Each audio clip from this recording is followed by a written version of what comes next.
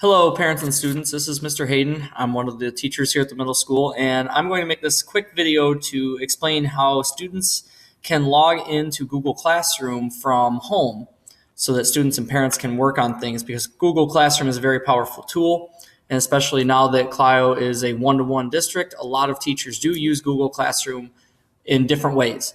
So you really do need to be able to access this at home. So on any internet-capable device, computer, laptop, tablet, go to google.com. If you're logged in on any other accounts, a personal account or anything else, you will have to sign out so that there's no Google account signed in here, so then the sign in will pop up.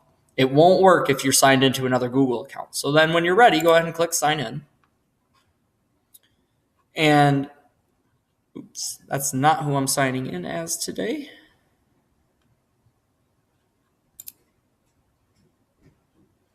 So I'm going to click and sign in as a student. So if you have other accounts, you have to click use a different account.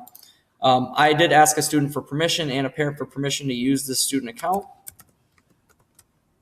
And the important thing is you have to put the student number at clioschools.net. You have to type the whole thing in.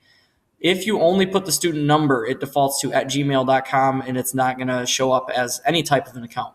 So it has to be student number at clioschools.net. Then you click the next button, and the student should type in their password. It's the exact same password they use to log on to the Chromebooks anytime during the day.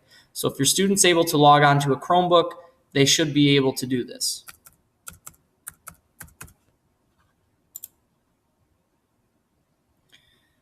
So then once you log in, now the student's icon, their school, the icon that they have chosen will pop up there.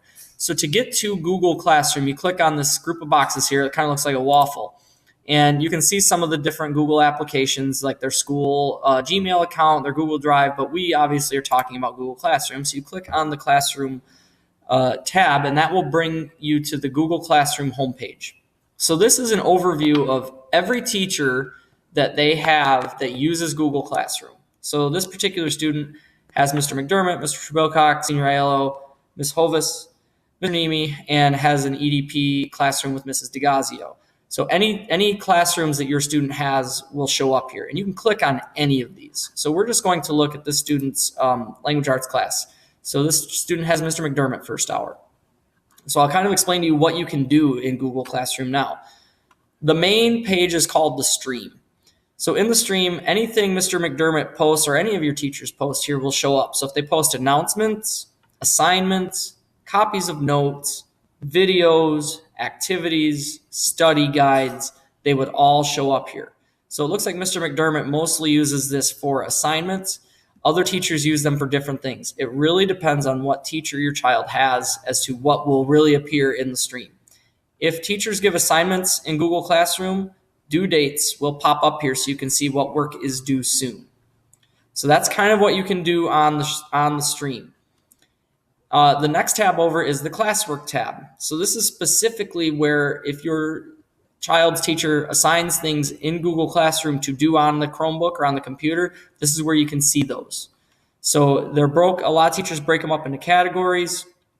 If they're kind of shaded out like this, they're past due. That means they're older assignments. If they're brighter, they are upcoming assignments or things that are due soon. So if you click on any of these, for instance, this child had to write a book critique. So you click on that, it'll open up directions, guidelines, and then if you click on view assignment, if your student is actually writing the essay on the computer or doing the work on the computer, you can actually see the copy of their work. So I could open up this student's book critique. You could do this with your child at home too on anything that is actually done on the computer.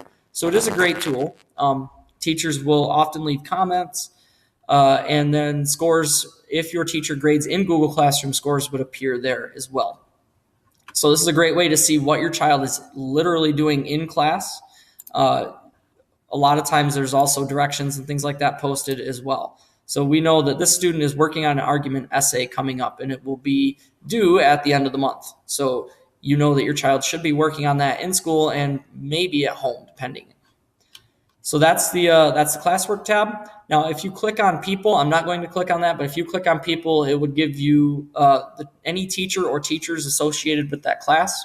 So some classes do have multiple teachers, if they have co-teachers or things like that. And then it would list the students in that class as well. So that's really what you need to know to operate in Google Classroom. And hopefully this helps. Hopefully this is a way for you, and if it's a parent watching this video, for you and your child to start a dialogue about what they are doing in school, and you can hopefully hold your child accountable for things at home that you might not necessarily be able to do as much of without these tools. So thank you. If you have any questions about Google Classroom or logging in, feel free to contact your child's teacher, or even if you contact either of our secretaries in the main office, they can get a hold of me and forward me questions, and I will try to answer them for you. Thank you.